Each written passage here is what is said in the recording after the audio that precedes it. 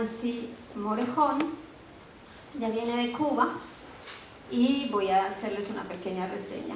Es poeta, ensayista, traductora, periodista crítica literaria y teatral, licenciada en Lenguas y Literatura Francesas de la Universidad de La Habana, miembro de número, no sé por qué está escrito así, entonces miembro de la Academia Cubana de Lenguas desde 1999, se desempeñó como asesora de Casa de las Américas, presidenta de la Asociación de Escritores de la Unión de Escritores y Artistas de Cuba, presidenta de la Academia Cubana de la Lengua, premio de la crítica, tiene varios doctores honoris causa en universidades en Francia. Actualmente es directora de la revista Unión. ¿Sí? Lo que va a proponer entonces Nancy para comenzar es una lectura de poemas donde se hace una aproximación a las artes. Gracias, Olida. Ante todo, reiterar la gratitud por la invitación de la Universidad de las Artes a que estemos compartiendo este momento aquí hoy en Guayaquil. Es una experiencia, ha sido una experiencia haber estado aquí. Entonces, como el título de este panel era en realidad una gran metáfora, decidimos que yo leyera algunos poemas que tienen que ver, algunos de mis poemas que tienen que ver con las artes. En primer lugar, los 3 primeros poemas que voy a leer, esa lectura la quiero dedicar a Paulina Antacli, que es una bailarina. Ya entenderán por qué.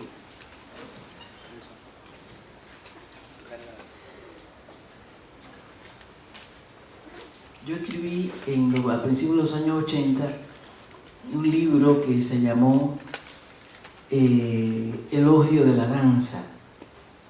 Lo publicó la Universidad Autónoma de México en el año 82.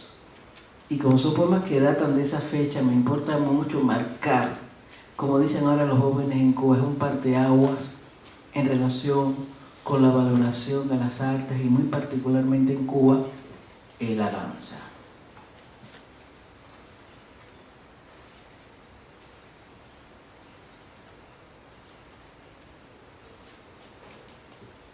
Un pequeño poema que se llama Flautas y que tiene una cita de los cantos de Huetzotzingo de México. Al menos flores, al menos cantos. Flautas, flautas terrestres y el caracol sediento entre la noche. El dios y el garabato. Flautas amenas, flautas en un enjambre de los poros. Oh flores sobre el mundo en la vasta quietud. Oh flores redivivas, oh flautas, oh flores, al menos cantos, al menos flores. Este poema está escrito para Alicia Alonso, que para mí significa el sumum de la danza. Conocen ustedes la importancia suya en este siglo, en el siglo pasado, y lo que es el ballet para Cuba. Y ella para mí significa en la cultura cubana la sublimación del aire, de lo que está por encima de la ley de gravedad. Este poema fue escrito en conmemoración del debut de Alicia en el American Ballet Theater en el año 78 y lo celebramos en La Habana con un disco incluso, y este texto, este poema se convirtió en una canción que musicalizó a Mauri Pérez. Alicia Alonso.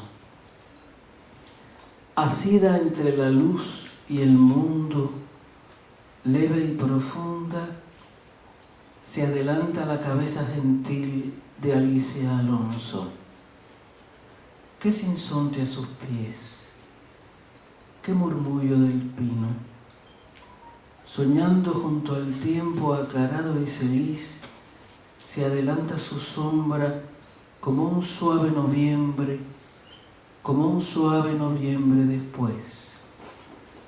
Aparecen los hilos de la lluvia y Alicia gira y gira con aliento de brizna tal vez.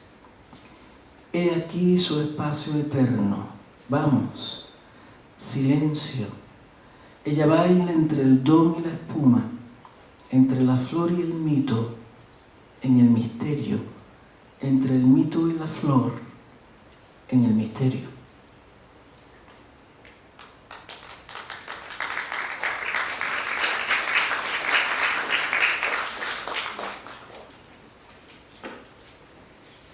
Entonces el tercer poema está dedicado a Nieves Fresneda, que era una bailarina de las danzas folclóricas cubanas. Para mí también es el concepto de la tierra. Si bien Alicia es el aire, Nieves es la tierra, y su danza prodigiosa para Yemayá, que es la diosa de los mares, de las aguas, fue muy importante para la tradición de la danza folclórica cubana.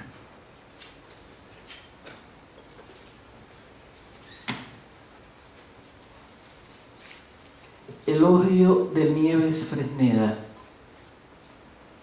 Como un pez volador, Nieves Fresneda, olas de mar, galeotes, azules pétalos de algas cubren sus días y sus horas, renaciendo a sus pies. Un rumor de Benín la trajo al fondo de esta tierra. Allí están sus culebras, sus círculos, sus caulis, sus sayas, sus pies buscando la manigua, abriendo rutas desconocidas hacia Olócun. Sus pies marítimos al fin, troncos de sal, perpetuos pies de nieves, alzados como lunas para Yemayá.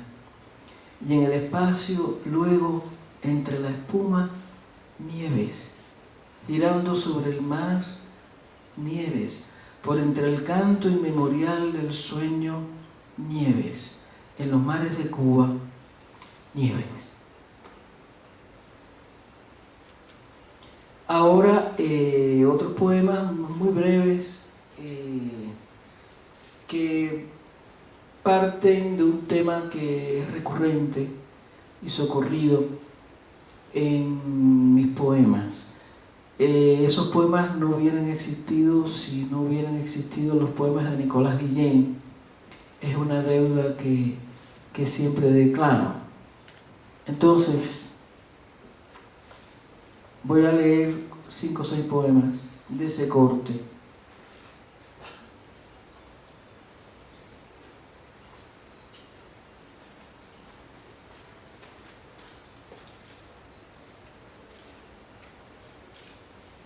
Mirar adentro. Del siglo XVI data mi pena, y apenas lo sabía, porque aquel ruiseñor siempre canta en mi pena.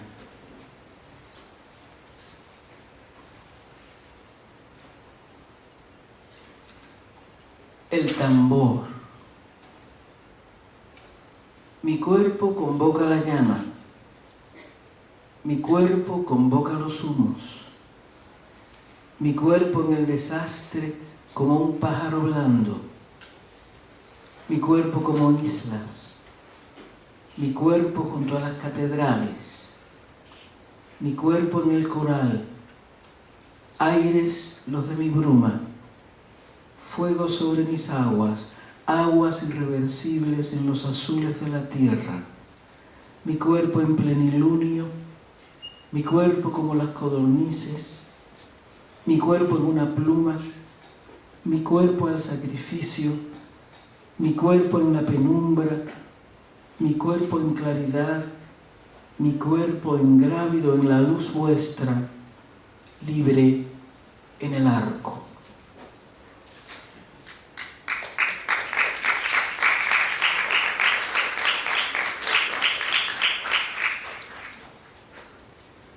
Nunca vi grandes lagos. En esta isla que me viera nacer, Nunca vi grandes lagos, o breves lagos verdes, o amarillos, o simples lagos límpidos en el centro del valle.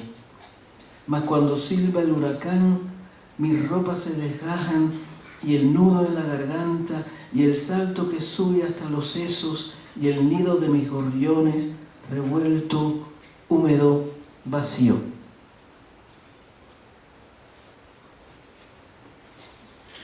Dos poemas finales.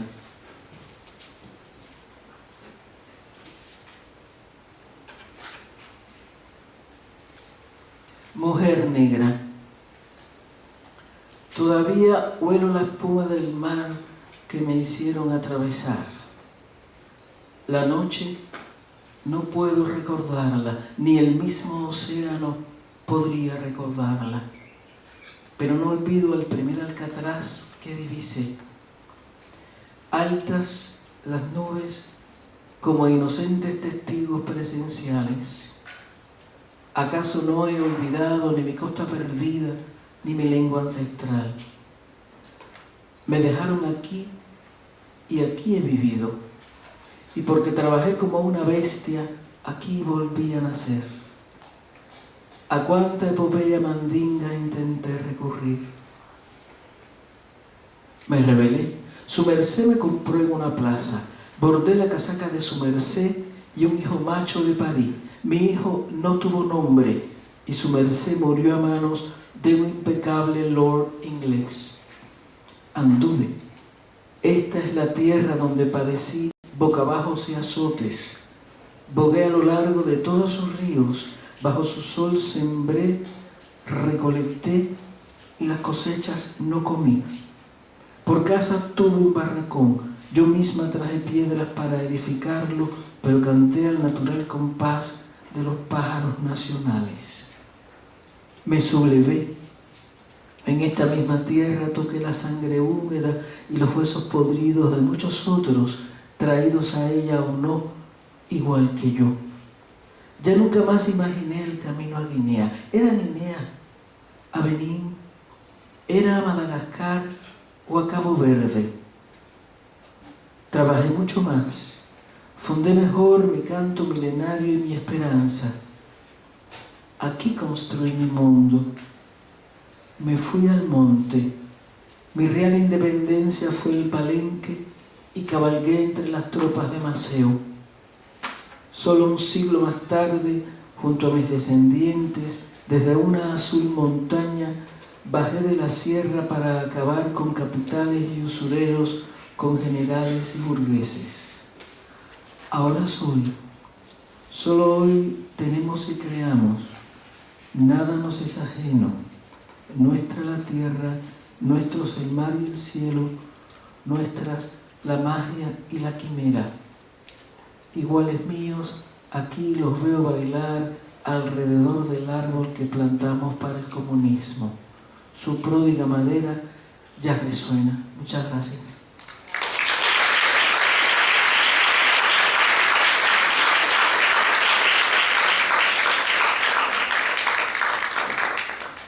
¿Alguien quiere interceptar tus poemas? Bueno, sería muy interesante. Vamos a escuchar a continuación a Paulina Antacli.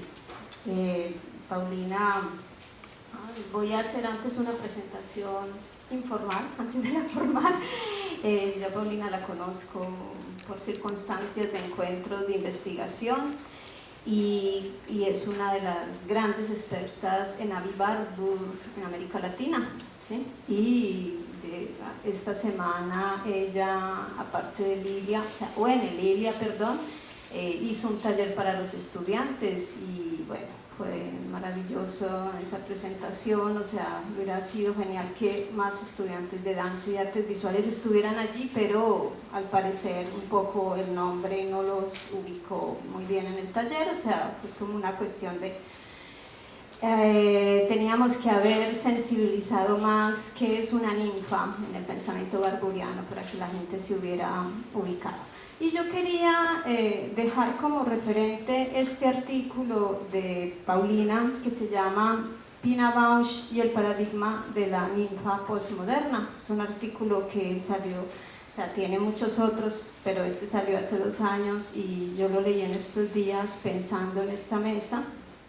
Y entonces, bueno, esto para aquellos que quieran continuar explorando después de esta presentación. Paulina Antacli es doctora en Artes de la Universidad Nacional de Córdoba y licenciada en Pintura, docente e investigadora, profesora titular de Análisis Histórico y Crítico de la Danza, Metodología, Investigación e Historia General de las Artes en la Universidad Nacional de La Rioja. Fue directora de la Licenciatura en Artes Escénicas y Unidad de Investigación de Teatro y Danza del CIPTA, especialista en estudios de historia cultural orientados a las artes visuales y la danza. Dirige proyectos de investigación radicados en la UNLAR, pues en la Universidad Nacional de La Rioja, y en CEPIA, Universidad Nacional de Córdoba. Posee publicaciones en capítulos de libros, revistas, capítulos de libros y revistas especializadas. Su libro Picasso, Barbour y la fórmula de la ninfa, en coedición, a su vez o durante muchos años, bailarina, coreógrafa y artista plástica, desarrolló sus actividades de teatro en Argentina, en Francia y en Alemania. Becaria postdoc en danza de la AFAA, Francia. Entonces vamos a escuchar su presentación que se llama Barbour y las formas emotivas, anacronismos, pervivencias y polaridades. Buenas tardes a todos y a todas. Un agradecimiento especial por poder participar, el honor de poder participar en este cuarto encuentro de investigación en artes y básicamente en la acogida maravillosa y cálida de todos los integrantes de la UARTES y de ILIA, mi agradecimiento especial. Y también quiero agradecer esta posibilidad de intercambio que es para lo que estamos. Hablar de las experiencias investigativas y luego poder intercambiar. Pero aquí quiero hacerle un agradecimiento a Nancy, particularmente por esto que me has dedicado, y dedicado a todos, por supuesto. Y pensaba justamente en Aby Warburg, y cuando él hablaba de lo que sucedía en la piedra, esa memoria que había en la piedra,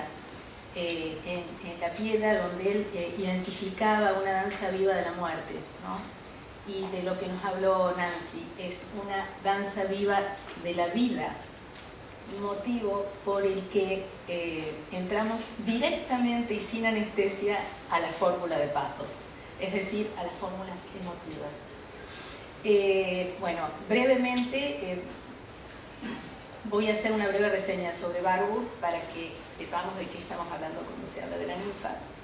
Y básicamente que toma a la obra de arte como resultante, la siguiente por favor, Ángel, como resultante de una transmisión histórica y que de alguna manera se presenta con anacronismos y polaridades, tal como está el título de esta presentación.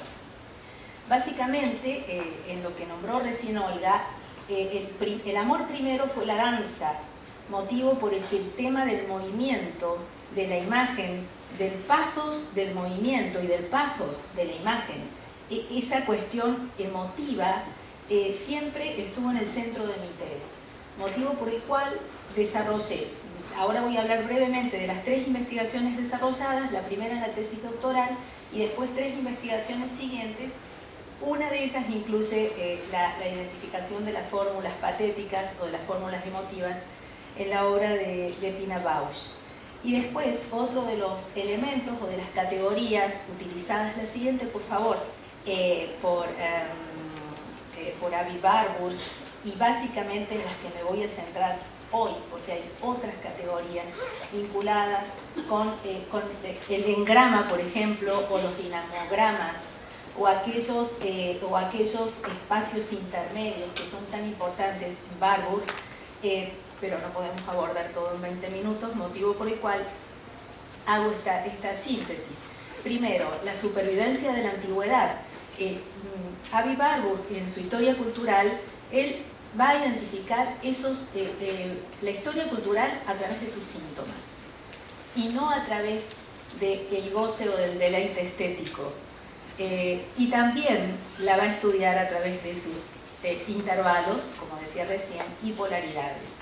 Y otra de las categorías destacadas es el Den Crown, traducción posible, que diría mi querido director de tesis, José Emilio Urucúa, que es el espacio para el pensamiento, es el entre el acto, ¿no es cierto? Es decir, el entre varias cosas.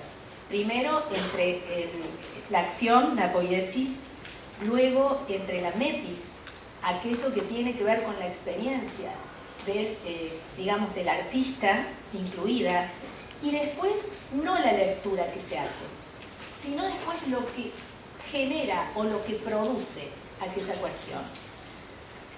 Me remito nuevamente al poema, a los poemas de Nancy, que encierran a través de palabras.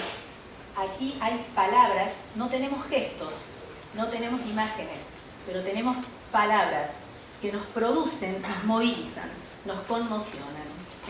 Entonces, estos elementos en la obra de arte es estudiado por Aby Warburg. Posteriormente, Aby Warburg va a ser, hay una larga historia, digamos, una resurrección de Aby Warburg a través de escritores italianos como Carlo Ginzburg y Giorgio Agamben, y también posteriormente a través de, brevemente cito, porque son varios autores, George Didi Huberman, digamos que hizo un amplio desarrollo y una interpretación importante sobre la obra de Aby Warburg, también José Emilio Urucúa, que es nuestro referente en Argentina, y por quien estuve muy bien acompañada en esa tesis doctoral. Bueno, acá justamente hay una posible definición de José Emilio Urucúa, que es la fórmula de Pathos o Pathosformel. Es una palabra que en alemán no existe, está escrito, digamos, es un neologismo, una invención de Warburg, donde él hace una combinatoria entre lo que es las fórmulas de lo patético, las fórmulas de lo emotivo.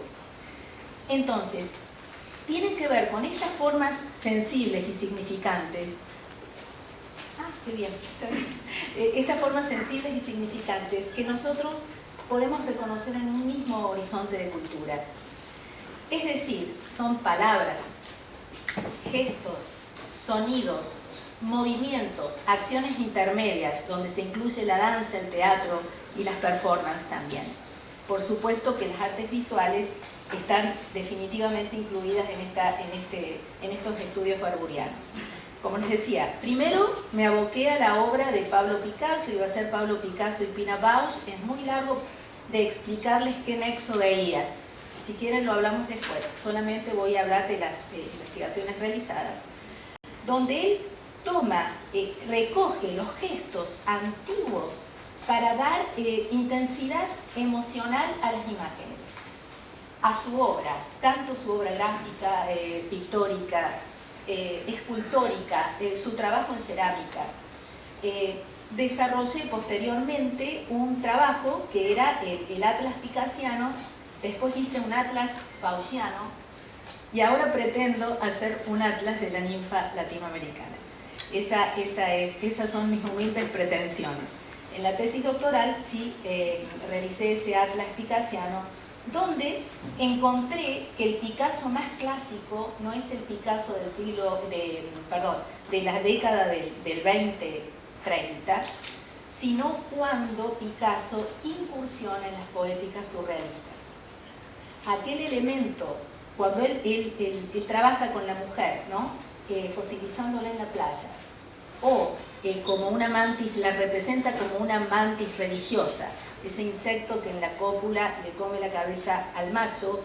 Ese tipo de representaciones están muy claras en el periodo surrealista, por lo que advierto al final de mi tesis doctoral que el Picasso más clásico está en el surrealismo. Luego realizamos un trabajo de investigación que dirigí en CECIT UNLAR, en la Universidad Nacional de La Rioja, finalizado aquí está la síntesis del trabajo, vinculado a Pina Bausch, ¿no? En este trabajo justamente se estudian los síntomas. Primero esta investigación la empecé solita, largo tiempo hasta que empecé a trabajar con el equipo de investigación, ¿no? Y desarrollar esta cuestión. Una de las problemáticas que se planteaban se vinculaba con, vamos a estudiar la danza-teatro, en este caso, que no existe el género, pero eso lo discutimos después, pero vamos a trabajar a través de las formas, de aquellas formas que te remiten a la antigüedad clásica. ¿Se trata de las formas o se trata de los afectos? ¿O se trata del pathos, de aquello que te moviliza? Bueno, finalmente, en las conclusiones de este trabajo que está aquí, ¿por qué la ninfa posmoderna? Porque siempre hay una mirada nostálgica hacia la antigüedad, ¿no? Y esa idea de fragmentación, esa necesidad de trabajar a través de la obra, el sistema de composición que ella tiene, de trabajo, es un trabajo que lo elabora a través de fragmentos, ¿no? Hay coautorías, en realidad, porque hay coautorías, me refiero, porque sus bailarines y bailarinas desarrollan los trabajos que ella proponía. Estoy hablando de Pina Bausch. Entonces, ese sistema de composición también se vinculaba al Atlas Mnemosyne. Y después voy a volver al Atlas Mnemosyne, que fue el último proyecto inacabado de Avi Warburg, donde él pretendió hacer una historia de las imágenes.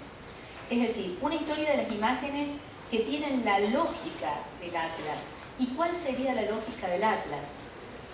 La no linealidad, de acuerdo a su trabajo, la no linealidad, el eclecticismo en la selección de imágenes, los agrupamientos de las imágenes, la vinculación de redes entre una imagen y otra, y obviamente que trabaja con reproducciones, porque trabaja con fotos, y esos paneles que arma, bueno, de eso hablé en el taller, ahora no nos da el tiempo para eso, pero esos paneles que justamente él arma son paneles que él fijaba a través de fotos, pero que después volvía a reacomodar en nuevas asociaciones. Bien. Y por último, es el interés mayor, digamos, en la cuestión de la imagen como portadora de una carga emotiva inmanente. ¿Hablamos de la imagen fija? No hablamos de la imagen fija. Estamos hablando de cuestiones, en este caso que es la última investigación, que es la imaginería femenina del trágico, un estudio sobre las representaciones del cuerpo en la danza y el teatro, que ya finalizó la parte 1 y vamos a ver un pequeño video sin sonido mientras sigo hablando para ir ganando tiempo. Finalmente esta es la última investigación. Uno de los intereses mayores que tengo justamente es pensar en las carreras de arte, porque estamos hablando de investigación en artes, sobre el método barburiano.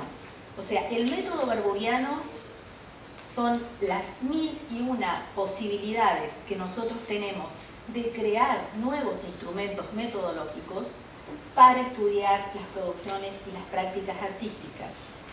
Y eso lo digo luego de cierta experiencia y de cierto trayecto justamente en la investigación, sobre todo en artes visuales y en artes escénicas. Bueno, aquí estaba la síntesis de Pablo Picasso, que ya se las dije. Luego, la poética de Pina Bausch, digamos, esto es importante que diga brevemente, que se identifica entre la memoria de lo conocido y lo adverso, entre lo violento y lo irónico, lo cómico y lo trágico, y hay muchos elementos que se vinculan con la línea de abordaje nietzscheana. ¿Pero por qué? No es porque quede bien trabajar con Nietzsche, sino porque la postura que tiene Avi Warburg justamente es basarse en el estudio de producciones artísticas, en el estudio de obras de arte que justamente, digamos, abordan un amplio espectro. Se lo sintetizo porque lo iba a hacer mucho más largo, pero lo dejo ahí.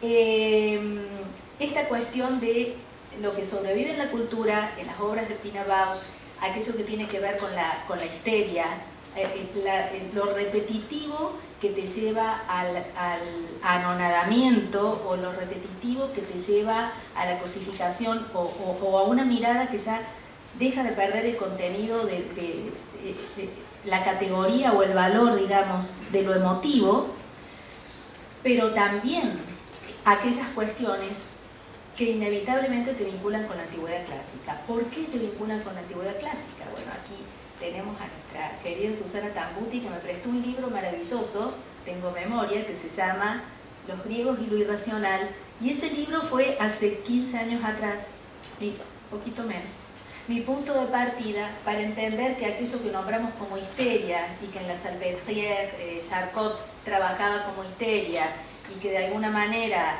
se vincula con las poéticas surrealistas, ¿no es cierto?, también forman parte constitutivas de la sociedad del siglo XX y del siglo XXI.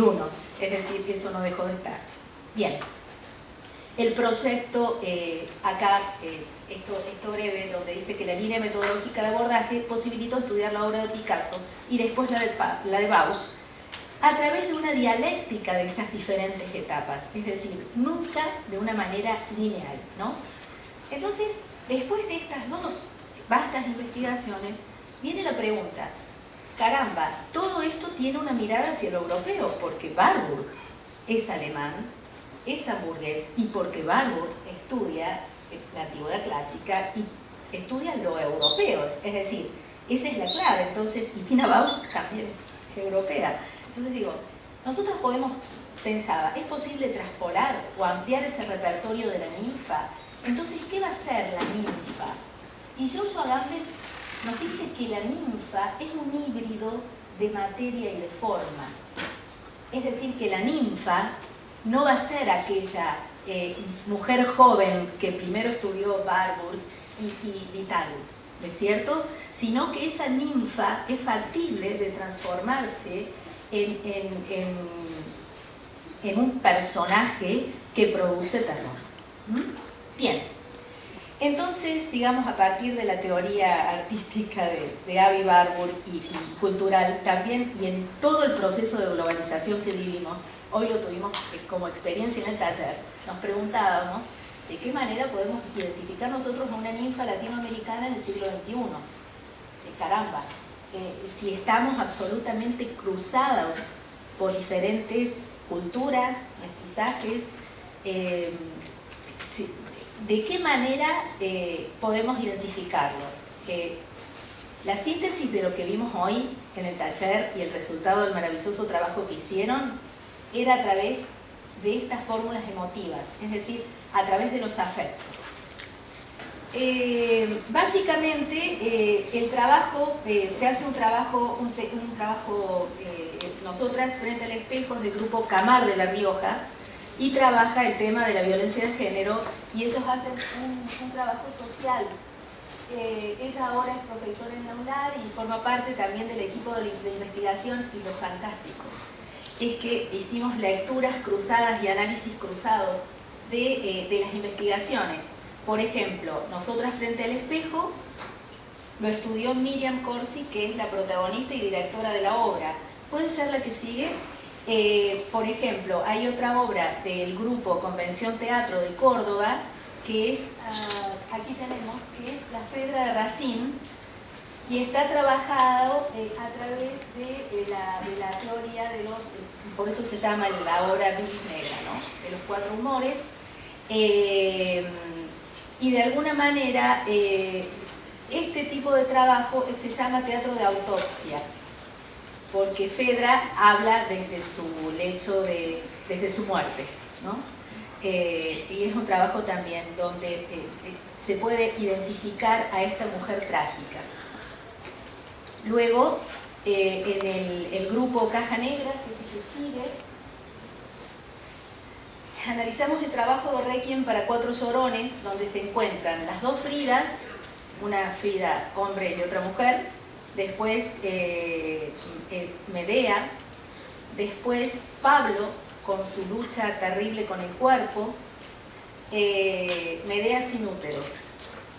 Y por último, Nijinsky. Bueno, al iniciar la obra te servían tequila y yo no entendía por qué. Después entendía lo terriblemente dramático del trabajo, ¿no? Actoral. Luego Las lágrimas de Camille, Las lágrimas de Camila, que se vincula con la obra de Camille Claudel, y esta participante, Adriana Nazareno, justamente pertenece a la compañía Postdanza, el grupo Guernica de la Resaca, Cuerpo Impuro, también que se trabajó con los cuerpos angélicos de Gerard Pommier, que es un grupo de Córdoba. Y estos sí, los minutitos que perdimos hasta que encontremos las imágenes, los pido ahora, para que vean los trabajos que fueron presentados hoy. Felicitaciones a los docentes y a los estudiantes de la UARTES por la maravilla de lo que presentaron y de lo que desarrollaron, y no dan ganas de terminar nunca. Esto quedó solamente en imágenes. Esta vez yo no pedí collage. Esta experiencia de fabricar una ninfa, construir una ninfa, lo presenté en el simposio internacional de Warburg en Buenos Aires. Pero en este caso, en aquel momento pedí un collage, fue en abril de este año. Ahora no pedí collage, pero ellos trabajaron collage porque es la técnica más rápida para trabajar sobre imágenes, pero había todo un desarrollo de texto. Este trabajo quiero nombrarlo, lo hizo Laura Nivela y Anthony Guerrero. Ellos, por supuesto, que encontraron la mayor parte de fuentes en Instagram, ¿sí? Y la fuente de datos de la ninfa la encontraron en Instagram, y hay muchos nombres para nombrarles, pero ahora no tenemos tiempo. Después, Pedro Llantop, que también es alumno de aquí, es estudiante de aquí, y él es peruano, y él es músico. Entonces hizo una comparación entre la antininfa, que sería la Barbie, y aquellos elementos, porque él trabaja para no videntes, ¿no? Y este músico dice de qué manera las imágenes tienen que entrar a los no videntes a través de los oídos. Entonces fue maravilloso el trabajo que él desarrolló brevemente acá. Y este último es de Andrea Peralta, donde ella también hace un desarrollo sobre las ninfas que se encuentran, y con la sensibilidad del movimiento y la estética de lo ancestral. Es decir, no podemos hablar de una ninfa latinoamericana del siglo XXI si no nos remitimos a nuestras propias raíces. Y bueno, con esto finalizo, y después todas las preguntas que quieran irán para más adelante. A ver, falta otro más. Falta el de Andrea Peralta. Ahí está. Era eso. Que tomó casi las imágenes de las modelos, y aquí y así ella hace un referente de Ángela Carriota como referente de ninfa, ¿no? Un trabajo maravilloso. Muchas gracias.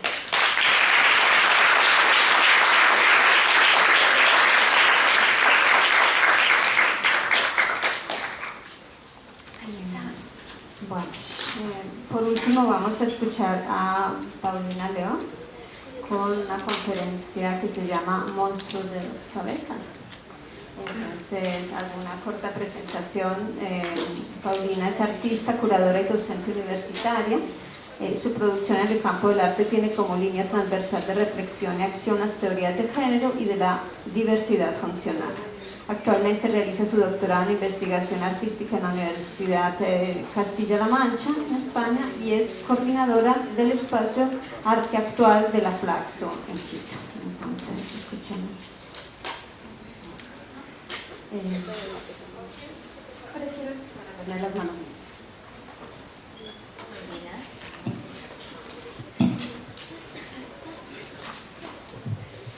Bueno, buenas tardes con todas, con todos. Gracias por estar aquí a la hora de la siesta. Bueno, muy contenta de haber compartido estos días con ustedes. Ha sido unos días de muchos encuentros con viejos amigos y con nuevos amigos. Ha sido muy cálido, muy lleno de afectos, y estoy muy contenta. Gracias Nancy, gracias Paulina, gracias Olga por compartir esta mesa. Sí, mi ponencia Monstra de dos cabezas, construcción y representación del cuerpo siamés en el arte. Yo voy a hablar desde mi proceso artístico y cómo la noción de validar continuamente la práctica artística como generadora de conocimiento, ¿no? Cómo los artistas en la práctica, en el hacer, pensar continuo, estamos generando un conocimiento desde unas metodologías, epistemologías, herramientas propias del campo. Entonces, desde ese punto de partida, que es la producción artística misma, planteo un acercamiento al cuerpo siamés, que es una temática que la vengo trabajando como un poco más de 10 años y que ha tenido muchísimas aristas, ¿no? Y muchísimas relecturas y posibilidades de combinación, enlazando con el mapa Mnemosine de Barrow, ¿no? Se ha configurado y desconfigurado miles de veces ese material y se han creado muchas cosas. Para esta charla he decidido hablar específicamente de la relación visual que existe con la monstruosidad. Además que esta charla va a ser una charla a tres voces. Yo que lo estoy hablando, más mi personaje Leo y Lu, que son las siamesas. Entonces, entre las tres vamos a ir contándoles un poco de este proceso. Entonces, en esta charla planteo una aproximación libre al tratamiento que han recibido los monstruos, específicamente los cuerpos siameses, en términos visuales a lo largo de distintas épocas. Me planteo trazar un recorrido sucinto, fragmentario, subjetivo, que nos revele cómo se han representado estos seres en diversos momentos en función de las diferentes concepciones imperantes en torno a aquello que consideramos monstruoso. Fluctúo entre convenciones visuales pertenecientes a determinadas épocas y culturas y un universo personal que desemboca en mi propia práctica artística. Como les decía, este será un texto a tres voces. Siguiente, por favor. Ellas son Leo y Lu, Leonel y Lucrecia Gómez. Desde hace 13 años trabajo sobre el cuerpo siamés, los cuerpos siameses. Todavía me cuesta definir el uso del plural o del singular. Esta corporeidad otra se ha transformado en el centro de varias exploraciones, a momentos muy concretas, a momentos a manera de deriva. Desde el año 2005, junto con mi compañera María Dolores Ortiz, iniciamos un camino que no sabíamos a dónde nos llevaría. Todavía no lo sabemos. Lo que sí percibimos es que ha sido un viaje largo e intenso que nos ha cambiado la vida, nuestro modo de estar en ella, nuestra relación con los demás y con el mundo. Encarnar a las siamesas Leonela y Lucrecia Gómez, y me gusta ese término encarnar porque nos devuelve al cuerpo, a su estructura, a sus músculos, a sus fluidos, nos ha reposicionado en el mundo. Entonces, primero fue el cuerpo.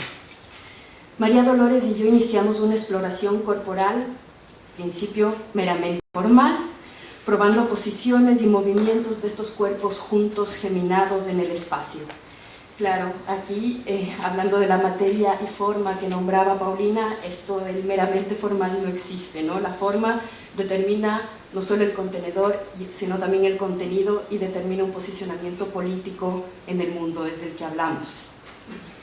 Fue una indagación de un nuevo cuerpo expandido, multiplicado, que nos abría el mundo de todas las posibilidades, ¿no? 8 brazos, el sueño de miles de mujeres, 2 ombligos, los sentidos agudizados en su duplicidad.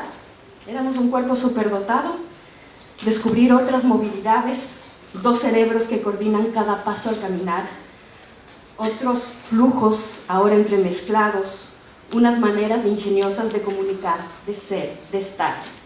Sentíamos a la par el hambre y el placer, el dolor y la emoción. Éramos un nuevo organismo continuo. Siguiente, por favor. Sí, primero fue el cuerpo y luego el raciocinio, o tal vez mejor dicho, fue el cuerpo y en él el raciocinio. Existo, comunico, creo relaciones con el otro, me responde, construye identidad y se vuelve a iniciar este círculo. Ellos, todos, nos indujeron rápidamente a nuestra dualidad. Se referían a mí, a nosotras, como las niñas, las hermanitas, las pegaditas, las repetidas, siempre desde el plural. Y así bautizaron a cada parte cabeza de nuestro cuerpo con un nombre, Leo y Lu, como si tuviese sentido bautizar a nuestra mano derecha, derecha, derecha, izquierda, izquierda, derecha o izquierda, izquierda. Eso sí, solamente en el mercado laboral esta dualidad no existía. Un solo sueldo era suficiente. Siguiente, por favor. Los médicos discutían sobre los órganos compartidos, sobre posibilidades de corte, sobre qué tan parásito era la una de la otra, sobre qué tan aberrantes resultábamos juntas. Siguiente. En la calle la gente se tomaba fotos con nosotras, nos hacen toda clase de preguntas, la mayoría indiscretas y relacionadas muchas con nuestra sexualidad. No entiendo. Yo no ando por la calle preguntando a la gente cómo tiene sexo, pero en nuestro caso parecía que habíamos perdido toda humanidad y que se trataba de una especie rara en peligro de extinción. Siguiente. Éramos una isla rodeada de una masa de otras características. Ahora pensando en la charla de Paolo, ojalá lleguemos a ser archipiélago y no solo isla. Hemos vivido toda clase de situaciones, desde hacer nuestro único embarazo, parto, un show, hasta el intento de un exorcismo, separación por parte de un pastor. ¿Que quiénes éramos? Nos seguíamos preguntando. Y decidimos buscar en nuestro pasado, intentar encontrar entre esas miles de imágenes una especie, una posibilidad de una genealogía siamesa. Eso fue lo que se propusieron Leo y Lu como proyecto de ellas, encontrar esa genealogía. Entonces, en esas indagaciones con archivos de todo tipo, históricos, antropológicos, arqueológicos, fotográficos, artísticos, médicos, muchos venían en los archivos médicos, encontramos que siempre se repetía una palabra constantemente: monstruo, monstruoso, monstruosidad, monstruositas. En esta indagación de Leo y Lu, ellas empezaron a buscar el origen etimológico del vocablo monstruo. Es así que en el libro Monstruos y Monstruosidades de Marta Piñol Lloret, la palabra monstruo deriva de la palabra latina monstrum, que significa prodigioso o maravilla. Pero según Cicerón, deviene de la palabra monstro, es decir, mostrar, indicar, enseñar, señalar, ¿no? Y según Varrón, demoneo, que es advertir. Estas definiciones, lejos de estar en oposición o contrapuestas, más bien nos develan esa sólida relación entre lo monstruoso y el terreno de lo visual. Por su parte, monstruositas es la cualidad inherente al monstruo que equivale a una desproporción, allegada a lo feo, ¿no? A lo execrable. Y aquí vemos nuevamente la relación con la visión. La siguiente. Entonces lo monstruoso tiene esa dimensión visual constante, ¿no? Como si fuera una condición sine qua non, es decir, nacimos para ser vistas. Frente a ello, claro, las categorías estéticas de la historia del arte occidental, y sus fundamentos, ¿no? La armonía, la proporción, la belleza, parecen estar en contraposición con esta monstruosidad, con lo monstruoso. Y a lo largo del tiempo tenemos una serie de reproducciones testimoniales, visuales, a través de dibujos, de grabados, posteriormente de fotografías, incluso de películas, que dan cuenta de esta abyección, de estos cuerpos abyectos, ¿no? La frase se repite, ¿no? Qué pena, ustedes tan lindas, ¿cómo han salido? ¿No? Entonces hagamos ese brevísimo recorrido, muy rápido, nombrando algunos hitos culturales en el tiempo, para ver un poquito esta genealogía que están construyendo Leo y Lu. En la antigua Grecia, siguiente por favor, en Platón, el banquete, ¿no? Platón, deben reconocer esta imagen, nos dice: todos los hombres tenían formas redondas, la espalda y los costados colocados en círculo, 4 brazos, 4 piernas, 2 fisonomías unidas a un cuello circular y perfectamente semejantes, una sola cabeza que reunía estos 2 semblantes opuestos entre sí, 2 orejas, 2 órganos de la generación y todo lo demás en esa misma proporción. Estos seres podían ser de 3 clases, ¿no? Uno compuesto por hombre y mujer, otro por hombre-hombre y otro por mujer-mujer, nosotras. Y luego cuenta Aristófanes, ¿no?, que estos cuerpos eran tan robustos y vigorosos, de corazón animoso, que por eso consiguieron la atrevida idea de escalar al cielo y combatir a los dioses. Ante aquellos había Júpiter, que no quería reducir a la nada a los hombres, pero sí controlarlos, volverles sumisos, encontró la solución: separarlos en 2. ¿No? Siguiente imagen. Y es que lleva la idea de orden, ¿no? La naturaleza y la idea de orden. Y cualquier desorden, entonces, equivale a un error de la naturaleza. Entonces, orden y desorden asociados a la representación monstruosa son aquí un elemento clave. Siguiente, por favor. En contraposición a ellos, San Agustín dice que no, que Dios ha creado todo bien, ¿no?, que no puede haber errores. Y entonces así establece que al no haber error en la naturaleza, ¿no?, todos los teólogos cristianos incluyen lo extraordinario y lo anormal como elementos previstos en el diseño divino, ¿sí? En la isla Isabela, un cura nos dijo, poniéndonos la cruz encima: lo que Dios unió, que el hombre no separe, ¿no? Nos casó entre nosotras, me casó conmigo misma, nuevamente, ¿no? Durante la Edad Media y buena parte del Renacimiento, estos prodigios y seres deformes, como éramos llamados en ese entonces, son puestos no solo al servicio del cristianismo, como hemos visto, sino también al servicio de lo desconocido. A través de los libros de viaje, donde se relata sobre tierras ignotas, plagadas, ¿no?, de seres monstruosos, se va creando este imago mundi, que pone en manifiesto las concepciones entre Oriente y Occidente, las diferencias culturales y la utilización de elementos maravillosos ante el desconocimiento, fortaleciendo así aún más ese vínculo entre lo monstruoso y la otredad, ¿no? Nunca había visto algo así antes. Durante la modernidad continúa el interés por lo monstruoso. En el arte, esta atracción por lo monstruoso va más ligado a jugar con el placer y la estupefacción que genera lo irracional. Y en la ciencia, o paraciencia, toma fuerza el estudio hacia los objetos extraños, ¿no? Se funda la teratología, esa disciplina científica que estudia a las criaturas anormales, es decir, aquellos individuos que no responden al patrón común.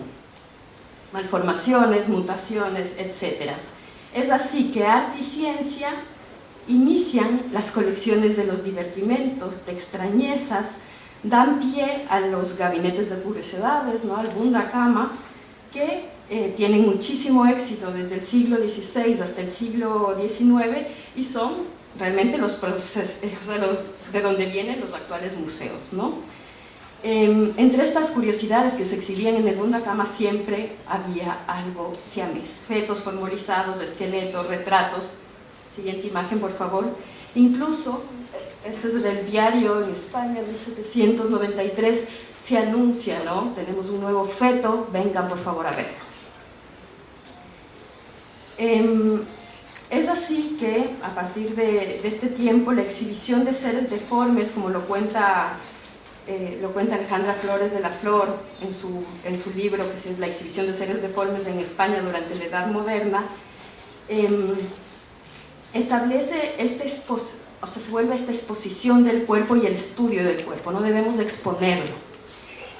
Por ejemplo, hubo un caso muy sonado de unos hermanos siameses, Lázaro y Juan Bautista Colloreto, que causaron todo un revuelo en la corte española, pues porque se creó una gran discusión. Unos decían que había sido un abuso habérseles administrado un doble bautismo, ¿no? Mientras otros decían que no. Entonces había toda una discusión, como en los tiempos de la conquista y tal, de si es que habían dos almas o un alma, ¿no? Y a partir de eso, estos hermanos empezaron a visitar una cantidad de cortes europeas para exponerse, para mostrarse y para pues, que los científicos y religiosos discutan de su doble alma o no. Pero esta exposición del propio cuerpo en ese momento era la única manera de garantizar una economía, ¿no? Era la única manera para estas personas de garantizar esa economía, porque el resto, o sea, ellos tuvieron suerte, el resto estaban realmente sometidos a la mendicidad, igualmente recibían una moneda a cambio de mostrar, ¿no? Durante toda la modernidad, el espectáculo lucrativo, en algunos casos voluntario, la mayoría de veces obligado por las mismas familias, tuvo un auge súper importante. Siguiente, por favor. Había gran demanda, la gente pedía, ¿no? Pagaba por ver los monstruos. Incluso en varias familias se entendió la posibilidad del espectáculo lucrativo como una compensación divina ante la desgracia. Los monstruos se convirtieron rápidamente en mercancías escasas y altamente lucrativas, a tal punto que hubo la aberración de producirlos, sea a través de la trampa o de malformaciones intencionadas. Durante el romanticismo, los monstruos traen nuevos valores estéticos, una nueva sensibilidad relacionada con el subjetivismo, la imaginación, lo onírico, lo mistérico, el interés hacia lo irracional, el gusto por lo exótico, el oscurantismo y el erotismo mucho. Toma auge y se contraponen a la categoría estética de lo sublime que venía manejando la historia del arte. El monstruo aparece ya no solo como algo que inspira temor o rechazo, sino también como fuente de deseo y placer. Siguiente, por favor. Tenemos a Baudelaire con La gigante, ¿no? Y esa pulsión sexual, y propuestas amorosas a Leo y Lu no les ha faltado nunca. Siguiente, por favor. Durante las vanguardias se representa al monstruo ya fuera de su hábitat natural. Se rompe el contexto y son sumidos a la cotidianidad y empleados para cuestiones no tradicionales, ¿no? Y así justamente empiezan a cuestionar la historia del arte occidental y la sublimidad. Años más tarde, la fotografía y luego el cine dan esa nueva dimensión de espectacularidad al monstruo, ¿no? Vienen todos los freak shows americanos que empezaron a consolidarse y a ganar éxito en el siglo XIX, XX, los espectáculos de variedades, que exhibían a personas con características físicas fuera de lo normal. Siguiente, por favor. Entonces vemos que las representaciones del monstruo no tuvieron una única finalidad, sino que se emplearon para generar temor, documentar mundos desconocidos, caricaturizar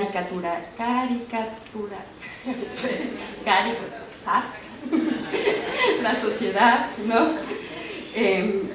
Jugar con la fantasía, con la seducción, pero fuera cual fuere la función y el tiempo, el momento, siempre estuvieron evidentemente al servicio del espectador, ¿sí?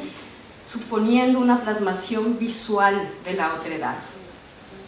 ¿Dónde estriba ese éxito de la exhibición del monstruo, ¿no?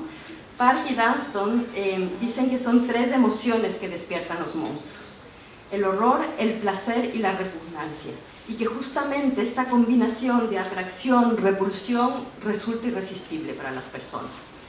Otra característica es que estos cuerpos son cuerpos justamente no canónicos, que son capaces de difuminar los límites, ¿sí?